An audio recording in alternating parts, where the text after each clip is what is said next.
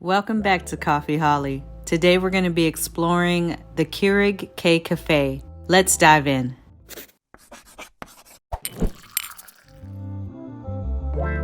First up is design. Can we talk about how sleek and modern this Keurig K-Cafe looks? This matte black is sure to be a definite statement piece in any kitchen.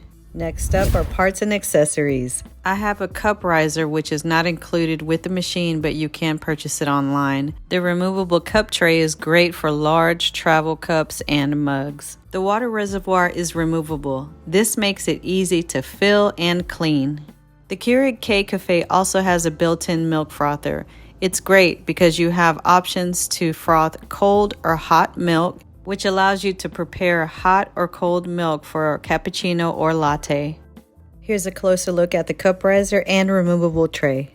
Let's take a closer look at the coffee dispenser itself. The bar, which opens up the Keurig K-Cafe brewing basket, is made of plastic. Most of the brewing buttons are on the top panel, which are easily visible. You have indicator lights for auto off, descaling, and add water. Under the power button, you have one button that controls the latte and cappuccino. To the left of it, you have the coffee button, and underneath that, you have strong. On the wheel, you have options for ounces, 6, 8, 10, or 12, along with a special shot button. And the button in the center with the K is actually going to be the start button. Let's open up the brewing basket so you can take a closer look at the inside.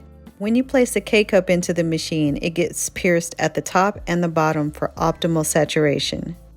For K-Cup filters, the brew basket is removable. Now let's get into the feature that makes the Keurig K-Cafe unique. This is a dedicated milk frother. The buttons are cold, latte, and cappuccino.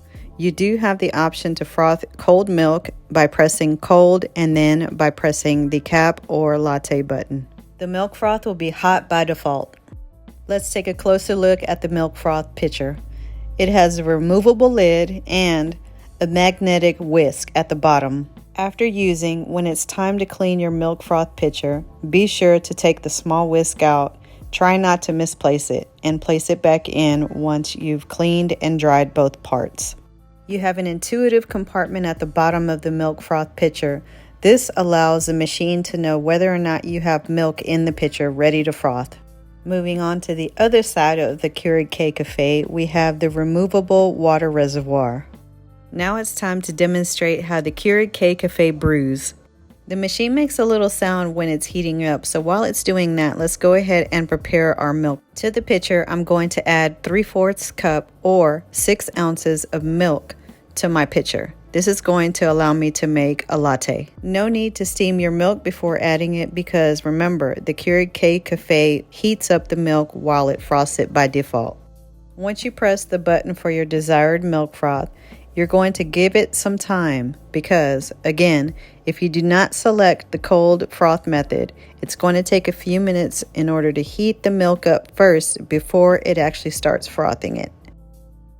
I'm going to speed the recording up because this step does take a little bit of time. To flavor your milk froth, you would just add a little bit of flavored coffee syrup prior to turning on the milk frother. Now that it's done, let's take a closer look at the finished results. You now have 2 separate layers, the milk at the bottom and the light airy foam at the top.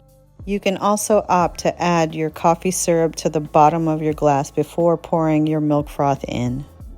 As seen here, I'm going to gently swirl and tap the bottom of the pitcher onto the counter just to get the larger air bubbles out before pouring the milk froth into my glass. Since we're making a latte, let me show you how to use the shot button.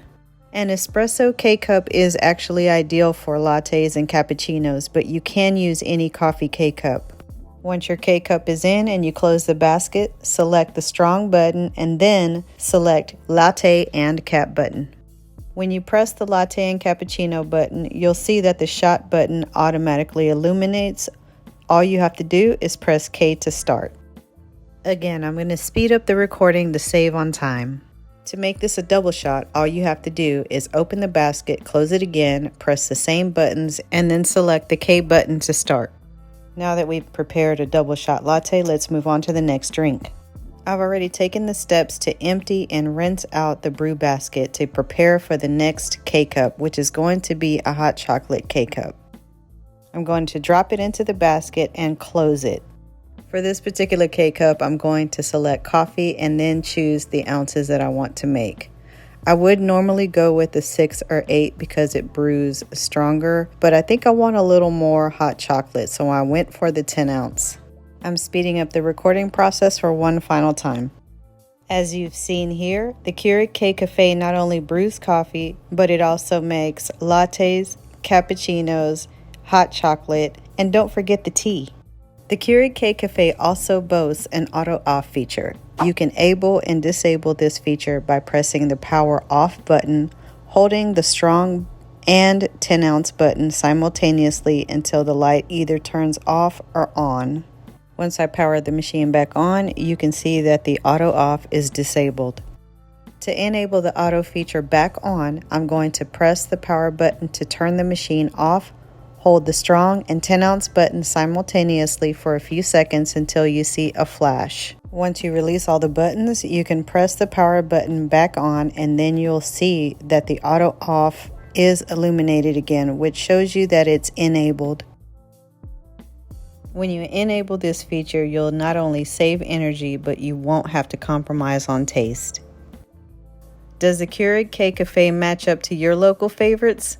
Put it to the test for yourself. It not only combines style and versatility. The Keurig K-Cafe brewing system with dedicated frother allows you to have a premium coffee experience at home.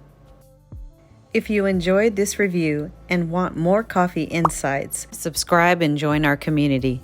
Until next time, Coffee Holly fans, keep brewing it your way.